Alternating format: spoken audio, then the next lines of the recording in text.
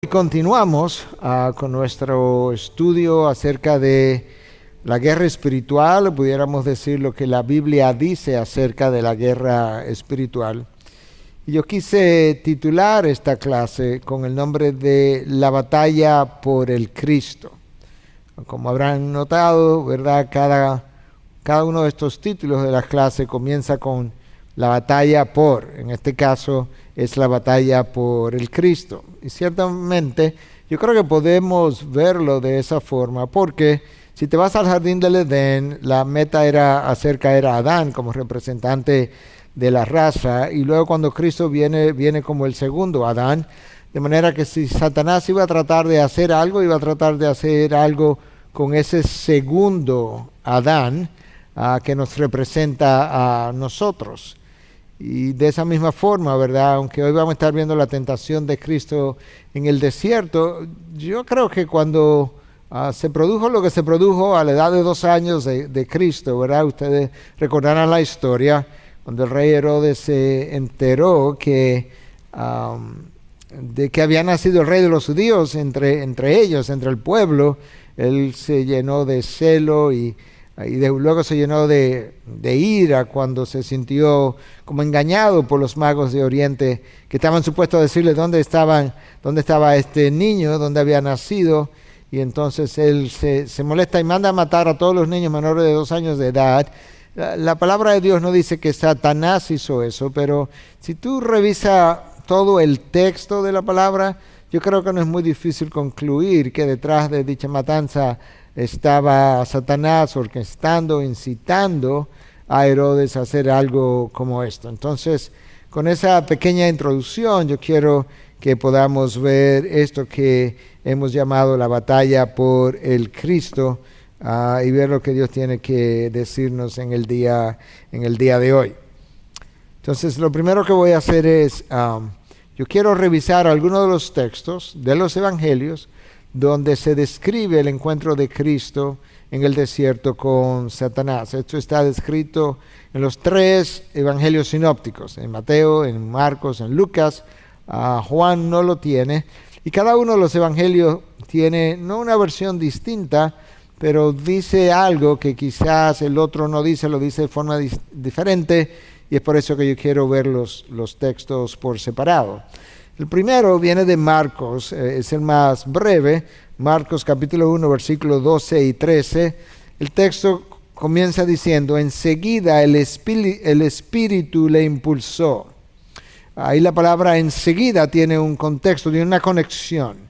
Cristo es bautizado en el Jordán, vamos a ver eso en un momento. El Espíritu de Dios desciende sobre él. Cuando él sale del Jordán, esto es lo que nosotros leemos. Enseguida el Espíritu le impulsó a ir al desierto y estuvo en el desierto 40 días, siendo tentado por Satanás. Y estaba entre las fieras y los ángeles le servían. Marcos es, si mi memoria no me falla, Marcos es el único que habla de que Cristo estaba entre las fieras. Y luego menciona que los ángeles les servían en medio de esa lucha. Esa palabra enseguida nos deja ver que prácticamente esto fue una cosa detrás de la otra.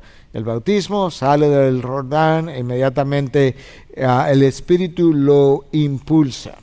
La palabra traducida ahí como impulsó es una palabra que aparece ahí en el griego, ekbagein, y básicamente es la misma palabra que aparece en este capítulo 1, versículo 34, cuando habla de que Jesús estaba expulsando demonios. De forma que ahora yo tengo una idea de que el Espíritu, cuando impulsa a Cristo hacia el desierto, el mismo Espíritu que lo había ungido, lo hizo de una forma tal que causó en su interior un cierto deseo, una cierta fuerza impulsiva, por así decirlo. Yo no sé si impulsiva es la palabra, pero impulsadora en la dirección del desierto, y esa es la razón por la que yo he querido decir que Dios dirige la batalla espiritual. Porque Cristo no termina, ¿verdad? No llega al desierto como de manera accidental, no, Él llega al desierto de una manera que Dios estaba en control de hacia dónde Él iba, para qué él iba, lo que iba a pasar allí. Y por eso de esa misma manera nosotros, ahora cuando pensamos en nuestra batalla espiritual, tenemos que sentirnos seguros porque nuestro Dios permanece en control de la batalla que libramos. Cuando tú pasas al próximo evangelio, en Mateo capítulo 4, versículo 1 al 3, esto es lo que tú encuentras. La misma descripción, un poco más de detalles y con algunas cosas que Marcos nos revela. Entonces Jesús fue llevado por el Espíritu. Nota como aquí dice que fue llevado por el Espíritu. Marcos dice que fue impulsado por el Espíritu al desierto. E inmediatamente Mateo declara el propósito: para ser tentado por el diablo. No simplemente para ser probado, pero para ser tentado.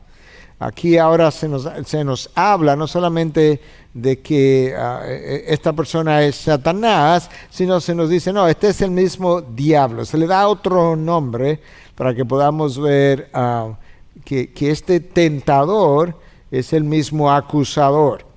Y después de haber ayunado 40 días y 40 noches, entonces tuvo hambre.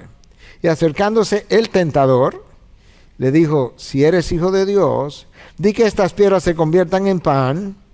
Pero él, Cristo, respondiendo dijo, escrito está, no solo de pan vivirá el hombre, sino de toda palabra que sale de la boca de Dios. En el texto, tú puedes ver, número uno, lo mismo que vimos en Marcos, que el Espíritu está en control de esta batalla espiritual y lo lleva. Pero tú puedes ver también cuál fue el propósito para el cual el Espíritu de Dios hizo lo que hizo. El propósito obviamente es para que Cristo fuera tentado por Satanás, y Dios, que es Dios, conocía el final de esta batalla. El resultado final no sería el resultado final de la batalla que se libró en el jardín con Adán, sería algo completamente diferente. Habría una victoria, y de la misma forma que Adán debió haber triunfado en representación nuestra, pero no lo hizo, de esta forma ahora Cristo se enfrenta a Satanás para triunfar también en representación nuestra. La palabra diablos implica acusador, la palabra Satanás habla de un adversario, pero ahora que nosotros estamos viendo a Satanás como un adversario que nos tienta, la palabra implica tentador, pero es la persona, ¿verdad?, que por medio de la tentación pues se nos opone. Yo quisiera hablar de la diferencia entre lo que es una tentación y lo que es una prueba. Cuando la palabra de Dios habla de tentar o probar, usa en esencia la misma palabra, peirazo. Pero, ¿qué es lo que hace la diferencia entre una tentación y una prueba? Menciono esto porque la palabra de Dios dice y explica que Dios no tienta a nadie, y sin embargo al mismo tiempo habla de que las pruebas vienen de parte de Dios. Entonces, ¿qué es lo que establece la diferencia? Bueno, la palabra en el griego es la misma, es esta que está aquí, peirazo, que a veces es traducida como tentación o tentar, y otra vez es traducida como prueba o probar.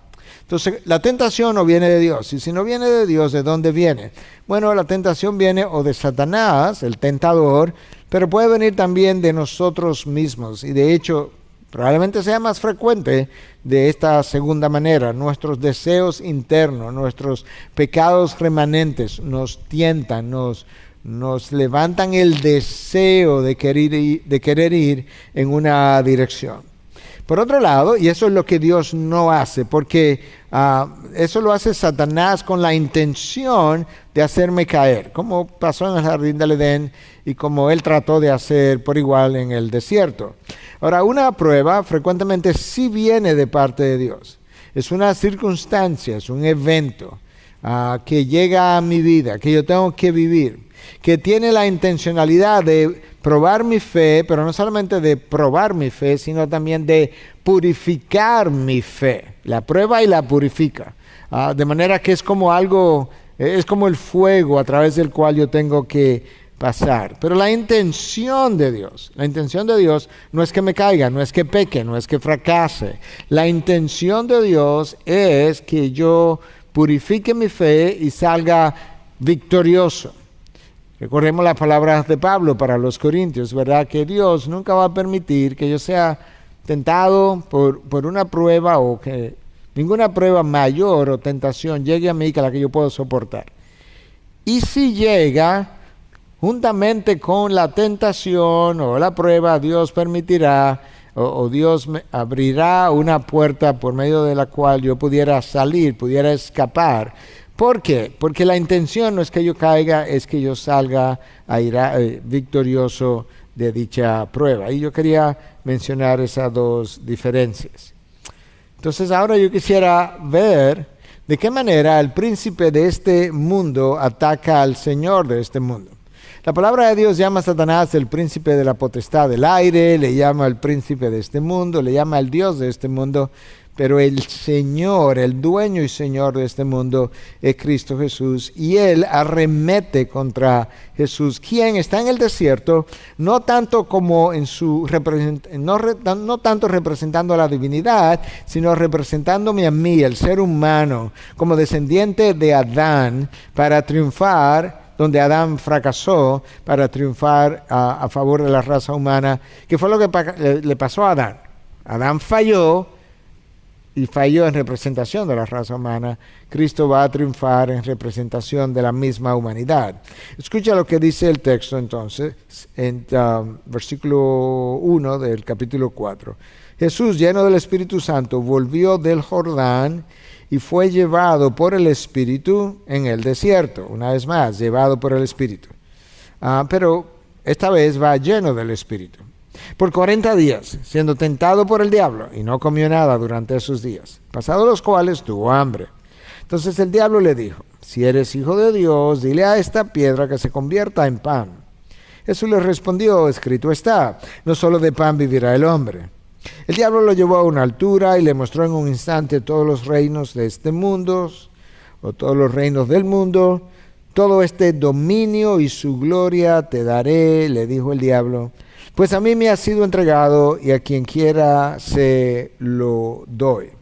Este es el texto, ¿verdad?, de la palabra en Lucas. Escucha ahora en el versículo 7, vamos a seguir leyendo. Por tanto, si te postras delante de mí, todo será tuyo. Jesús le respondió: escrito está, al Señor tu Dios adorarás y a Él solo servirás. Entonces el diablo lo llevó a Jerusalén y lo puso sobre el pináculo del templo y le dijo: si eres hijo de Dios, lánzate abajo desde aquí, pues escrito está, sus ángeles te encomendará para que te guarden, y en las manos te llevarán, para que tu pie no tropiece en piedra. Jesús le respondió: se ha dicho, no tentarás al Señor tu Dios. Cuando el diablo hubo acabado toda tentación, se alejó de él esperando un tiempo oportuno. Bueno, notemos varias cosas en este texto. Por un lado, Jesús va lleno del Espíritu, dirigido, impulsado por el Espíritu, para ser tentado por Satanás.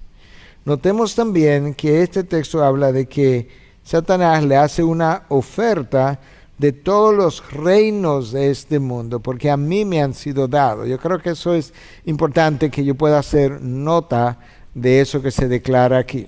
Cristo estaba lleno del Espíritu por un lado, y la llenura del Espíritu es vital para la guerra espiritual. Y yo creo que parte de la problemática con nosotros en la guerra espiritual es que estamos viviendo en medio de ella, pero no hay llenura. Yo tengo que vaciarme de mí mismo, yo tengo que rendir el control de mi vida, de mi mente, de mi corazón al Espíritu de Dios. Cuando el Espíritu de Dios me controla, eso implica una llenura del Espíritu, y esa llenura es esencial para que yo pueda librar mis batallas y ganar mis batallas. Ya esto hemos hablado, que Él fue llevado por el Espíritu, fue tentado por 40 días. Uno de los evangelios habla de que al final de los 40 días Cristo tuvo hambre y fue tentado por el diablo. Eso daría la impresión, quizás, de que todo estuvo más o menos bien por 40 días y que ya al final Él tuvo hambre, y cuando tuvo hambre fue tentado. Pero eso no es como ocurrió. Es cierto que hubo una tentación al final de los 40 días que ocurrió en medio del hambre que estaba experimentando, pero él fue tentado de múltiples maneras continuamente, y por eso es que el texto de Lucas dice tentado por 40 días. 40 días de tentación de parte del máximo representante del reino de las tinieblas.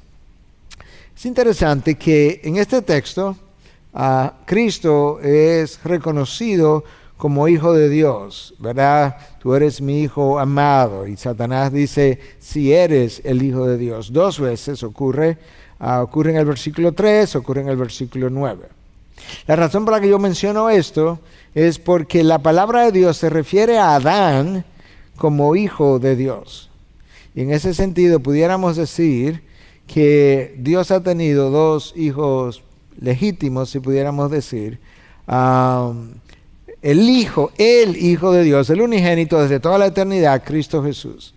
Pero luego Dios hizo a un hombre, ¿verdad? Un hombre que no nace de una mujer, lo hizo el mismo Dios, y yo creo que esa es la razón por la que Lucas 3:38 llama a Adán hijo de Dios. Entonces, el hijo de Dios Adán nos representa y fracasa. El otro hijo de Dios, el hijo eterno, nos representa y triunfa. El primer Adán es llamado justamente así, primer Adán. Cristo es llamado el segundo Adán. Y ahí está la representación nuestra una vez y una segunda vez. En Deuteronomio 4:22, para seguir viendo esta idea de hijo de Dios, 22 y 23 de Deuteronomio 4, Dios identifica a la nación hebrea como Israel, mi hijo, mi primogénito. Es como si Dios estuviera diciendo, yo le di nacimiento a Israel. Y en cierta manera, él fue así. Él escoge a Abraham, Abraham tiene un hijo, el hijo de la promesa, y de ahí sus descendientes. Y Dios dice, ese es mi primogénito, mi hijo. Y luego cuando se dan las tentaciones o las pruebas de Herodes con sus plagas, lo que Moisés estaba diciendo, a Herodes en un momento dado es, deja ir a mi hijo, no a Herodes, a Faraón. Lo que Moisés estaba diciendo a Faraón era, deja ir a mi hijo para que me sirva. Entonces, ¿por qué yo hago énfasis en que Dios llama a Israel mi hijo? Porque Dios llama a Adán mi hijo, llama a Cristo mi hijo amado, llama a Israel mi hijo, mi primogénito, de tal forma que cuando Adán fracasa y luego Israel fracasa, lo que nosotros vamos a ver ahora es cómo Cristo, a quien Dios llama mi hijo amado, va al desierto en representación de Adán y va al desierto en representación de Israel. Va al desierto a triunfar, a representar a los 2 hijos anteriores que habían fracasado, Adán y la nación de Israel. Y fue al desierto a representarnos al resto de los hijos de Dios que también fracasamos en el camino, pero que Cristo ha luchado la batalla, ha ganado la guerra espiritual para nosotros. Yo quería enfatizar también el hecho de que, aunque sabemos que estamos en medio de una guerra espiritual, sabemos que Dios es soberano, sabemos que Dios es quien permite que estos eventos de guerra espiritual ocurran en mi vida, pero Dios nos prepara para la batalla. De hecho, David escribió un salmo donde él dice justamente eso, que Dios prepara mis manos para la batalla. De esa misma forma, en el ámbito espiritual, Dios prepara a sus siervos, sus hijos, su pueblo, su iglesia para la batalla. ¿Y dónde vemos eso? En este encuentro de Cristo con Satanás, justamente aquí donde el Espíritu de Dios lo ungió. El mismo Espíritu de Dios que lo ungió es el mismo Espíritu que lo llevó para ser tentado. Entonces, ¿por qué ahora y no antes?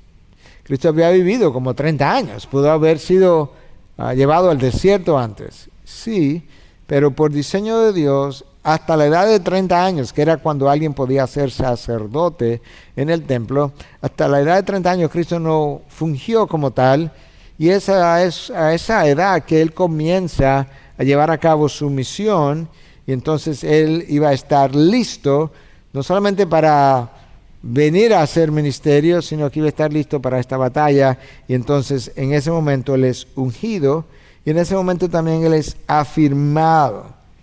¿Cuándo fue afirmado? En el Jordán. ¿De qué manera? Cuando el Espíritu de Dios descendió sobre él y hubo una voz desde el cielo que dijo: tú eres mi Hijo amado en quien tengo complacencia. Entonces, ahora que él ha sido afirmado como hijo, ahora que él ha sido ungido por el Espíritu, él está listo para ir a la batalla. Entonces, yo quería mencionar que a diferencia de cómo la batalla espiritual ha sido librada en nuestros días con mucha reprensión de demonios y supuestas expulsiones de demonios, cuando tú miras el encuentro entre el máximo representante del reino de la luz, el máximo representante del reino de las tinieblas, y tú te fijas de qué forma él libró la batalla, es muy diferente a lo que nosotros vemos hoy, totalmente diferente. Porque él lo que muestra es algo que el apóstol Pablo luego vino y nos enseñó. Cuando él escribió la carta a los Efesios, Pablo les da una armadura para la guerra, una armadura de Dios es llamada, y es una armadura espiritual. En esa armadura hay una pieza, la espada, que es la única pieza ofensiva de toda la armadura. Y cuando tú lees acerca de este encuentro de Cristo con Satanás, literalmente Cristo lo único que hace es hacer uso de la espada.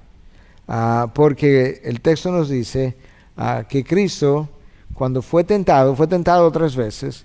En las 3 tentaciones, lo que Cristo hace es hacer mención de la palabra de Dios.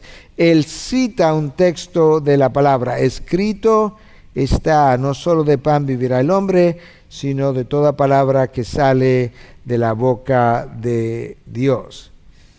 Entonces, es bueno ver en este encuentro algo que nosotros, los que estamos en alguna capacidad de liderar el pueblo de Dios, necesitamos entender, reflexionar y prepararnos.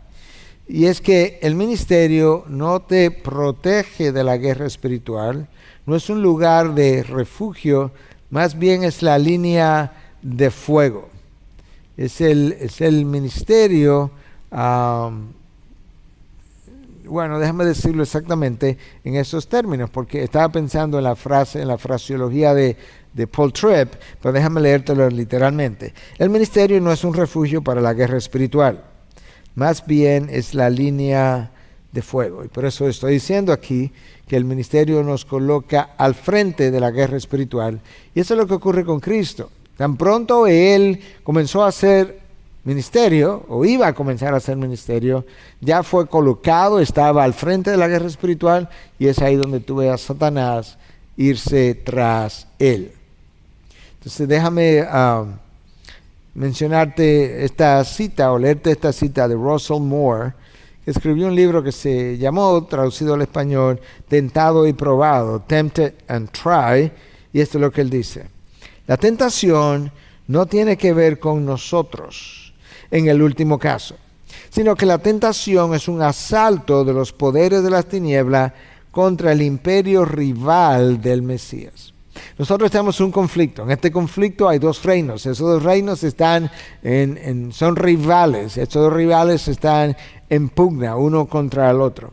Entonces, aunque el conflicto se da a través de nosotros, aunque nosotros parecemos ser la meta del ataque de Satanás, lo cierto es que al final del camino yo no soy el propósito. Yo soy la meta del ataque, pero yo no soy el propósito de la guerra. El propósito de la guerra es la destrucción, debilitamiento del reino de la luz, el derrocamiento, si fuera posible, del Señor, ¿verdad?, que controla el reino de la luz, la oposición de dicho reino. Y por eso es que Russell Moore está diciendo que en último caso, la tentación que llega a mí es más un asalto de los poderes contra el reino de Dios más que contra mí mismo per se. Ok, entonces déjame brevemente comparar la lucha de Satanás, o el encuentro de Satanás, es la palabra que estaba buscando, el encuentro de Satanás contra Adán y luego contra Cristo. Cuando Satanás va detrás de Adán y logra la victoria, él echó a perder la creación entera con una sola mordida de la fruta. Cuando Satanás va tras Cristo, en su primera tentación, Cristo hubiese podido echar a perder todo el plan de redención también con una sola mordida. En este caso no sería una mordida de una fruta, sería la mordida de un pan. Pero detrás de la fruta, detrás del pan, detrás de la mordida, había una dimensión espiritual monumental de la cual tú y yo no nos percatamos. Hay toda una realidad espiritual por encima de nosotros, que se está dando en otra dimensión que tú y yo no vemos, y que es lo que verdaderamente cuenta o es lo que verdaderamente explica todas las circunstancias a través de las cuales nosotros estamos atravesando. Al final del camino, lo que Satanás hace, lo que hizo en el jardín, lo que hizo en el desierto, lo que hace en tu vida y en la mía, es tratar de cuestionar la credibilidad de la palabra de Dios. Tú recuerdas lo que Satanás dijo a Eva, con que Dios dijo, y tú también sabes que lo que Satanás hace o dice en ese momento no fue lo que Dios dijo, pero estaba tratando de confundir a Eva, con que Satanás dijo que no podían comer de ningún árbol del campo. Eso fue lo que Dios dijo, y Eva trata de corregir a Satanás, pero cuando lo corrige tiene cierta equivocación, por así decirlo. Hubo cosas que Dios dijo que Eva no dijo, y hubo cosas que Dios no dijo que Eva sí dijo. Lo vimos eso en una de las primeras clases. De manera que lo que está en cuestionamiento, lo que está en duda en el jardín es la confiabilidad de la palabra de Dios. Cuando Satanás va al desierto, lo que él vuelve a hacer es cuestionar la palabra de Dios. Por un lado, le dice a Cristo, si eres el Hijo de Dios, le está diciendo a la persona que acaba de oír en el Jordán, tú eres mi Hijo amado, y Satanás viene después, si tú eres el Hijo de Dios. ¿Cómo que si tú eres? Yo acabo de oírlo 2 veces de parte de mi padre en el jardín del Edén. Claro que yo soy, pero ahí estaba de nuevo él sembrando la duda. Pero también cuando él viene y lo tienta, lo está haciendo de una manera un tanto engañosa, porque toma frases, palabras del Antiguo Testamento, usando la palabra de Dios, y la está manipulando de una manera que pudiera hacer caer a nuestro Señor Jesucristo. Y Cristo lo que hace es, otra vez enfatizo eso, en esencia es hacer uso de la palabra de Dios. Satanás usó la fruta, Satanás estaba tratando de que él convirtiera las piedras en pan, pero al final del camino la fruta y el pan solamente era el disfraz de sus ofertas, por así decirlo. Siempre Satanás ha tratado de venderte algo haciendo uso de otra cosa que se vea inofensiva, que se vea benigna, que no se vea peligrosa. Y entonces con cierta regularidad lo que él hace es que toma esa oferta, la ofrece en un momento de debilidad, de necesidad, y presta atención a cuál es tu necesidad para él tratar de hacerte una oferta que llene la necesidad, de forma que yo me sienta atraído por la necesidad que tenga y al mismo tiempo sienta cierta debilidad en esa dirección, porque me puede parecer lógico que si tengo una necesidad y aquí hay una oferta que la puede llenar, me puede parecer lógico que yo debo hacer uso de ella. Y a esto es que Satanás está apelando. El apetito de la carne tiende a hacerme caer. Dios lo permite porque Dios sabe que el apetito de la carne prueba la fidelidad del corazón. Si verdaderamente yo soy tu Señor, si verdaderamente tú vas a mostrar obediencia, la obediencia tiene que mostrarla en medio de la prueba, en medio de la tentación, en medio de la debilidad, porque de lo contrario sería más como una conveniencia. El fortalecimiento del músculo de la fe se da precisamente en medio de la guerra espiritual o en medio de la dificultad, cuando yo tengo que confiar en Dios para hacer lo que necesito hacer ahora o para creer la palabra que Él ha revelado. Y Dios quiere que todas las áreas de nuestras vidas estén bajo su señorío, y eso incluye mis deseos, eso incluye mis debilidades, eso incluye mis impulsos. Todo debe quedar bajo el señorío de Cristo. Habiendo dicho todo eso, brevemente yo quiero ver las 3 tentaciones.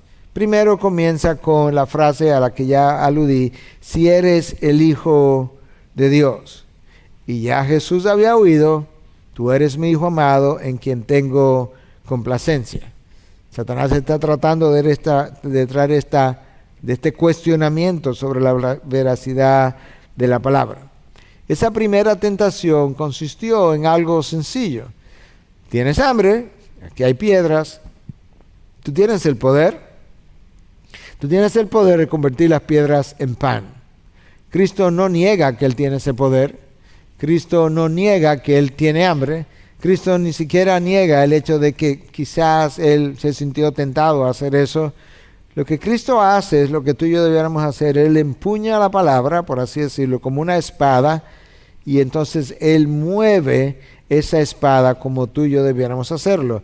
Y Él responde citando la Escritura, haciendo uso de la espada, Deuteronomio 8:3. Y te humilló después de 40 años. Dios le está recordando al pueblo en Deuteronomio qué fue lo que Él hizo por 40 años.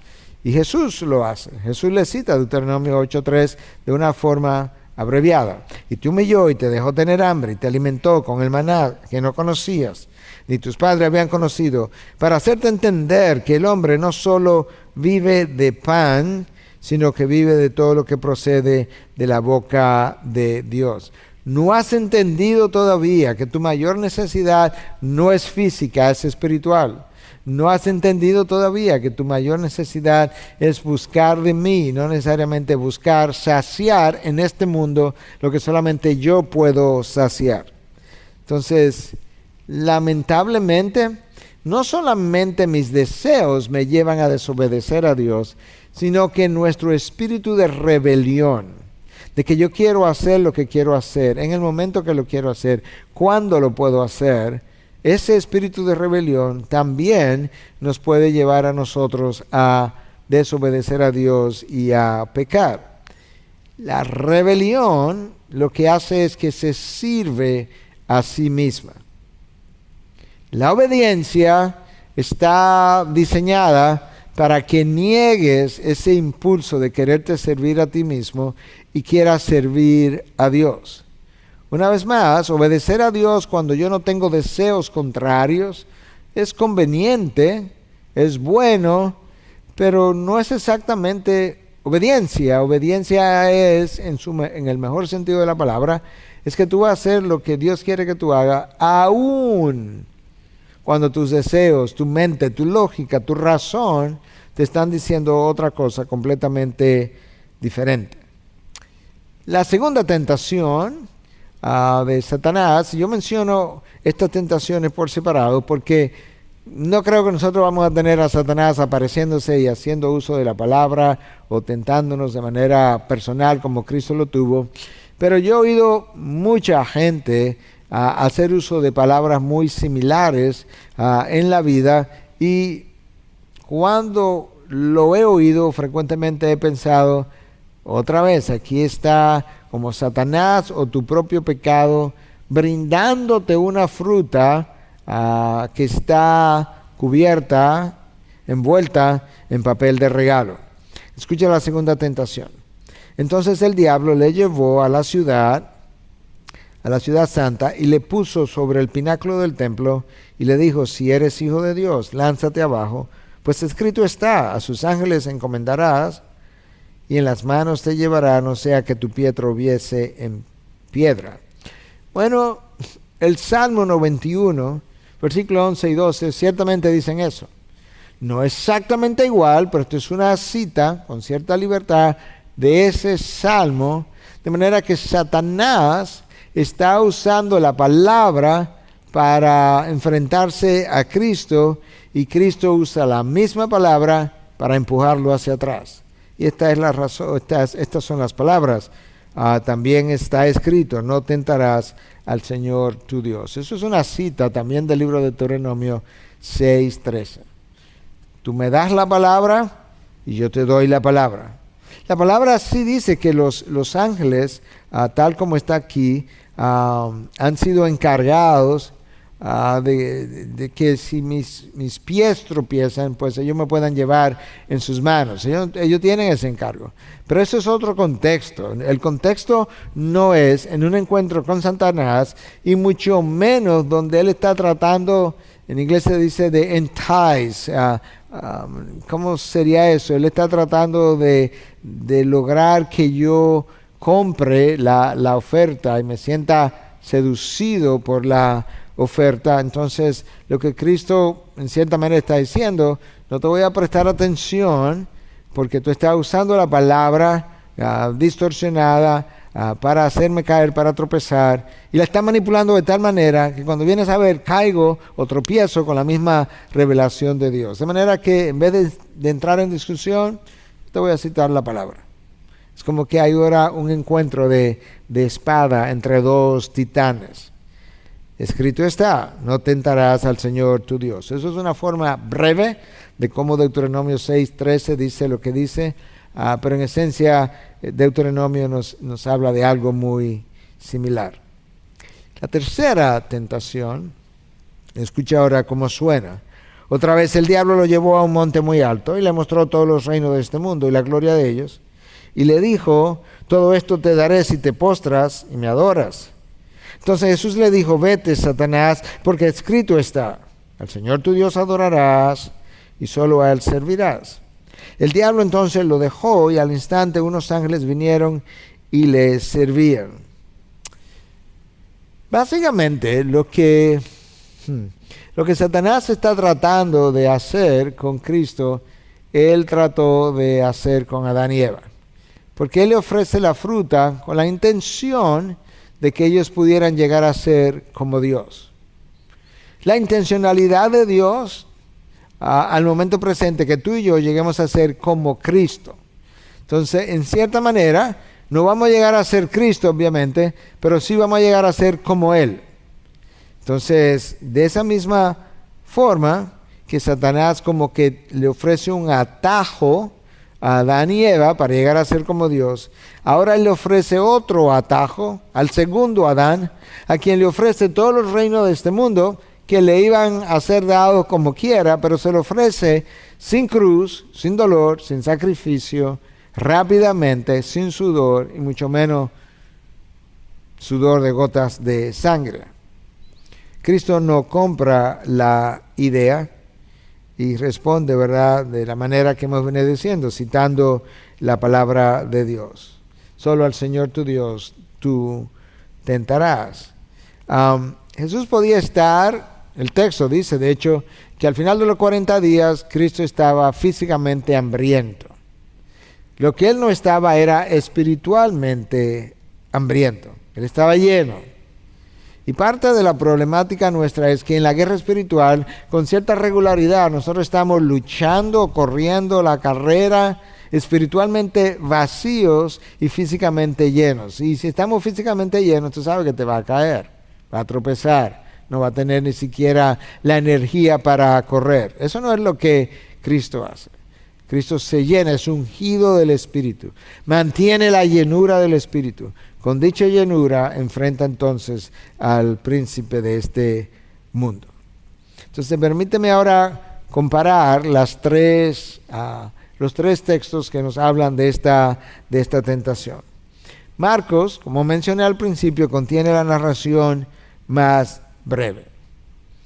Marcos, como también mencioné al principio, es el único que menciona el hecho de que Cristo estaba entre las fieras. Mateo y Lucas invierten la segunda y la tercera tentación.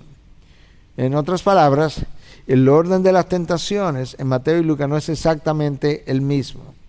Eso no es un gran problema, o no fue un gran problema en el primer siglo para esta gente que leyó el texto en griego, pero que tenía un trasfondo hebreo, porque para los judíos o los hebreos, el orden cronológico en que algo era narrado no era lo prioritario, sino el contenido de lo narrado.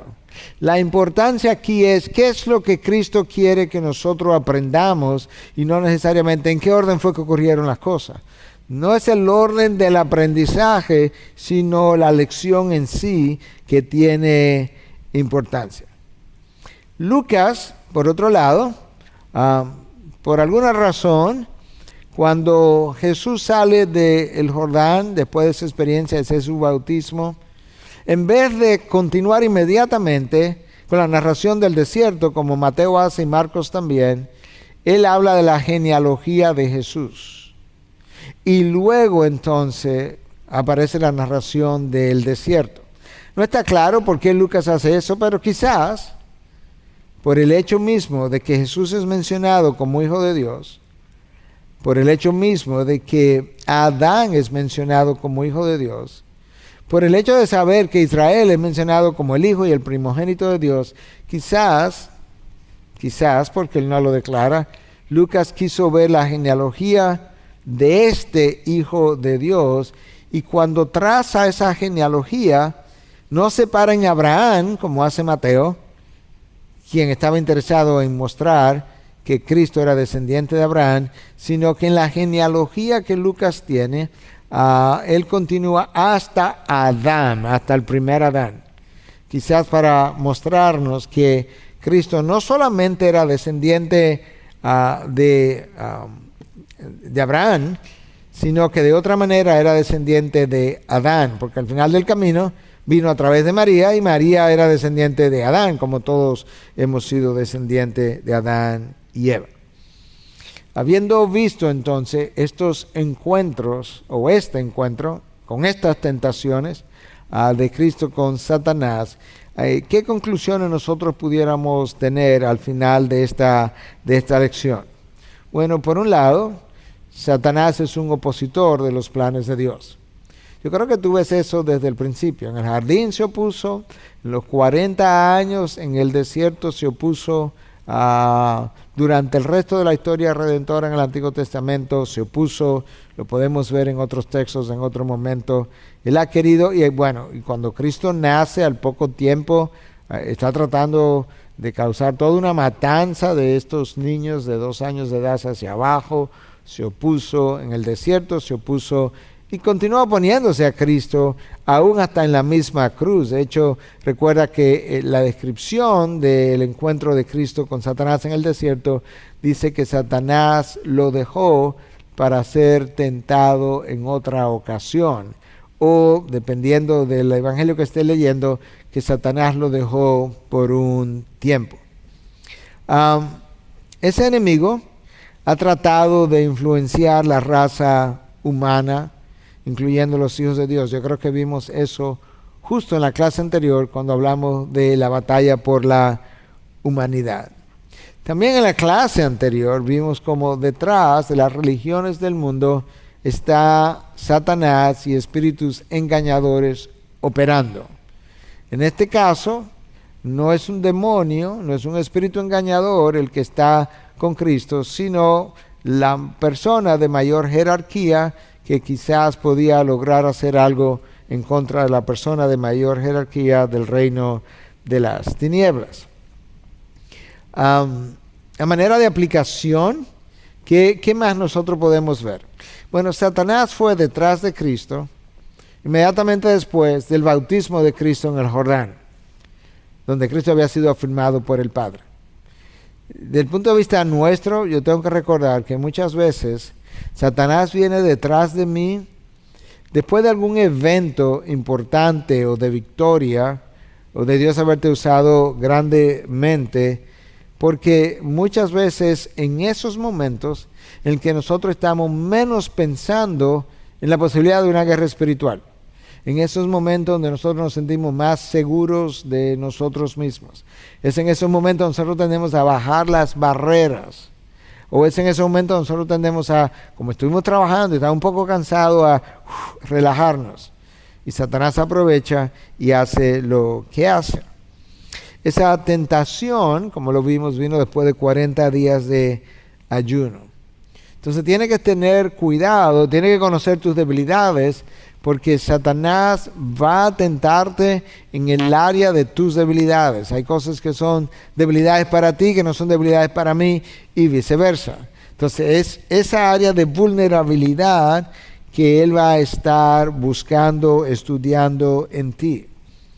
Cuando Satanás viene a Cristo, lo hace en el desierto, en medio de la soledad, donde él estaba solo, sin apoyo. De esa misma manera, cuando el cristiano tiende a alejarse de su comunidad, de la iglesia local, de sus amigos cristianos, de sus líderes, en ese momento de soledad, él es mucho más vulnerable a los ataques del enemigo, mucho más dado a caer, a tropezar, y eso es donde tú tienes que estar pendiente.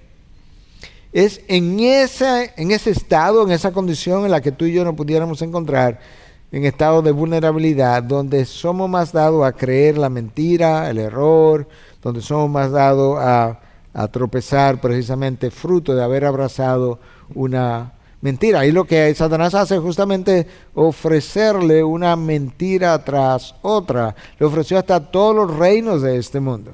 Lo que implica, hasta cierta manera, que Satanás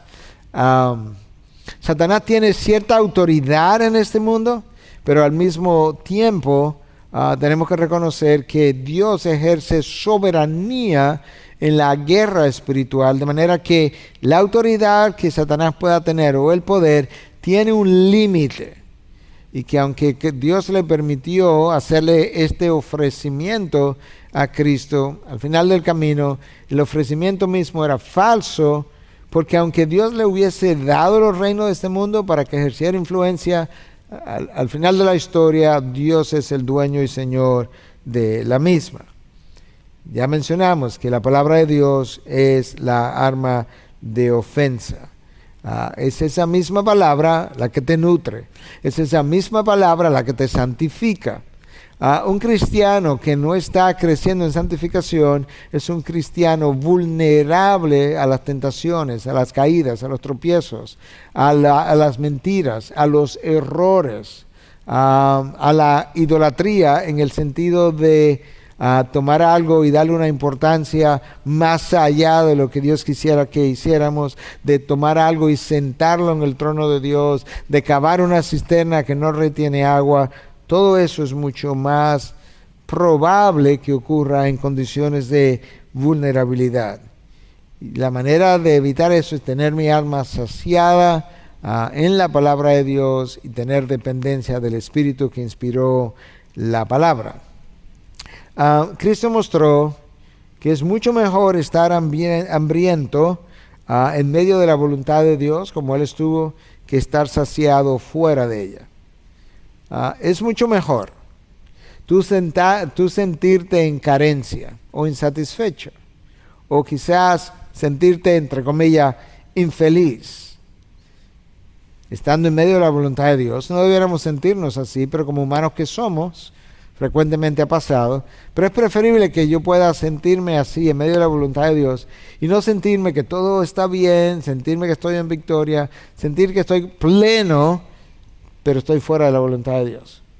Porque pronto voy a descubrir que no estaba tan pleno. Pronto voy a descubrir que mi satisfacción duró poco cuando comience a saborear las consecuencias del pecado cometido. Cristo mostró también que el camino más largo siempre es preferible si es el camino de Dios. A Cristo se le iban a dar todos los reinos de este mundo. De hecho, toda lengua confesará, toda rodilla se doblará que Él es Señor. Pero eso estaba en el futuro, eso estaba para ser entregado a Él en un momento posterior. Satanás quería ofrecérselo ahora, en el aquí, en el ahora, sin cruz, sin lágrima, como dije, sin sangre, sin dolor. Cristo nos mostró los atajos en el reino de los cielos no funcionan. Cristo también nos mostró algo que Dios dice en el Salmo citado por Satanás, que los ángeles nos atenderán. El texto, de hecho, dice, uno de los textos del evangelio de uno de los evangelios que leímos, que los ángeles le atendían. Él estaba en medio de las fieras, Marcos dice eso, capítulo 1, que Cristo estaba en medio de las fieras y los ángeles le atendían. Pero también el texto nos dice que Él estaba siendo tentado todos los días. De manera que el texto nos dice, de una manera sutil, que Dios está atento a nuestras tentaciones, a nuestras pruebas. Y Pablo nos dice entonces algo que ya yo cité, ahora tenemos el texto delante de nosotros, 1 Corintios 10:13, que Dios no va a permitir nunca que tú seas tentado más allá de lo que tú puedes soportar, y que si eso ocurriera alguna vez, que ten por seguro que hay una puerta que Dios ha abierto a través de la cual tú podrás salir. Eso nos dice a nosotros que cuando hemos caído, tropezado, cuando nos hemos herido en el camino, el culpable no ha sido Dios, el culpable he sido yo, que o cerré mis ojos para no ver la puerta, o vi la puerta y me resistí a salir por ella, porque quería permanecer todavía, quizás disfrutando un poco más de esta oferta que se me había hecho. Cristo muestra una vez más que Dios no es el autor de la tentación, nunca. Santiago habla de eso, que cuando alguno sea tentado, que no diga que es tentado por Dios, porque Dios no tienta a nadie, sino que somos tentados por nuestra propia concupiscencia, Santiago capítulo 1. Pero, aunque Dios no tienta a nadie, Dios sí permite la tentación. La permite para probarnos, la permite para hacernos crecer, la permite para fortalecer nuestra voluntad. Un par de observaciones más. Dios permite las tentaciones como pruebas revelatorias. ¿Qué es lo que Dios dice al pueblo de Israel? Al final de los 40 años, de Deuteronomio 8, que te conduje por el desierto. ¿Para qué cosa? Para humillarte, para probarte, para ver lo que había en tu corazón. Bueno, las tentaciones son permitidas como pruebas revelatorias, para ver lo que había en tu corazón. Dios sabía lo que había en el corazón del pueblo judío, quienes no lo sabían eran ellos. Por tanto, aunque el texto dice para ver lo que había en tu corazón, nosotros pudiéramos reinterpretarlo y decir para revelarte a ti lo que había en tu corazón, que tú no habías visto, que no habías reconocido, pero que yo sí sabía, y por eso yo lo permití. En la guerra espiritual, si hay algo que Satanás quiere es amedrentarnos, intimidarnos, si hay algo que Dios quiere es que yo no me intimide, no me deje atemorizar por algo que Él afirma en el Nuevo Testamento categóricamente, y es que mayor es el que está en nosotros que el que está en el mundo. La guerra espiritual puede intensificarse, puede ser feroz, puede ser difícil, pero ¿sabes qué? Todavía tengo que recordar que mucho mayor es el que está en mí que el que está en el mundo. Y finalmente, a manera de cerrar completamente todo lo que hemos dicho, si nosotros comenzamos a permitir que la tentación llegue, si nos permitimos jugar con la tentación, hemos permitido que Satanás ponga un pie en la puerta de tu corazón. Cuando Satanás pone un pie, vamos a ilustrarlo, pone un pie dentro de tu corazón, hay un terreno que perdiste. ¿Cuál? El que él pisó, como ilustración. Cuando tú pierdes terreno, lamentablemente, entonces tus emociones comienzan a levantarse, tu espíritu ha comenzado a perder control, tu mente ha comenzado a involucrarse en estas emociones que tú estás sintiendo, y por consiguiente es ahí donde tú tienes el mayor peligro de poder caer. De manera que la tentación de Cristo yo quería verla como parte de las enseñanzas de guerra espiritual, porque la tentación de Cristo tiene mucho que enseñarme de esta guerra. Tiene mucho que enseñarme acerca de cómo se da, tiene mucho que enseñarme acerca de cómo librarla, tiene mucho que enseñarme de qué manera esto pudiera darse en mi vida, en otro contexto, de otra forma, no visualmente como él estuvo con Satanás, pero pudiera darse de una forma similar a través de ofertas que yo creo, que yo compro y que me hacen caer. Finalmente yo quiero traer esta cita a colación, porque tiene que ver con la batalla espiritual, tiene que ver contigo, tiene que ver conmigo. F.B. Meyer fue un gran académico de años atrás, y hablando de cuando tú ves a un hermano, a una hermana que ha caído en pecado, que está sufriendo en medio de la guerra espiritual, él dice que tú debieras no ser muy rápido para condenar o criticar, porque hay dos cosas que nosotros desconocemos. Primero, no sabemos cuánto esfuerzo él o ella hizo tratando de no pecar. Tú no sabes cuánto tiempo ese hermano o hermana luchó para no caer. Eso no quiere decir que si cayó está justificado, no, simplemente que no lo condene tan rápidamente, porque tú no sabes cuánto luchó, cuánto esfuerzo hizo. Lo segundo es que no conocemos el poder de las fuerzas que lo asaltaron. No sabemos el tamaño de esta tentación, literalmente hablando. Quizás una tentación, obviamente se Dios permitió que llegara a él o ella tenía la potestad o la posibilidad de resistirla, pero aún así nosotros no sabemos cuán poderosa la tentación fue. Y en tercer lugar, nosotros tampoco sabemos, y esto es vital, qué nosotros hubiéramos hecho en las mismas circunstancias. F.B. Meyer no está tratando de justificar a nadie en su tentación y caída. Él está tratando de ayudarme a mí a que no peques condenando al hermano que ha tropezado. Por estas tres razones. Número uno, yo no sé cuánto tiempo él luchó, con cuánto esfuerzo. Número dos, yo no conozco la magnitud de la fuerza que lo asaltaron. Y número tres, ¿quién sabe lo que yo hubiera hecho? ¿Quién sabe si yo lo hubiera hecho peor? ¿Quién sabe si mi caída hubiese sido mucho más profunda? Entonces eso nos mueve a ser un poco más, no tolerantes, pero sí un poco más intercesores a favor de mi hermano o mi hermana para que él o ella pueda salir de la situación donde él se encuentra.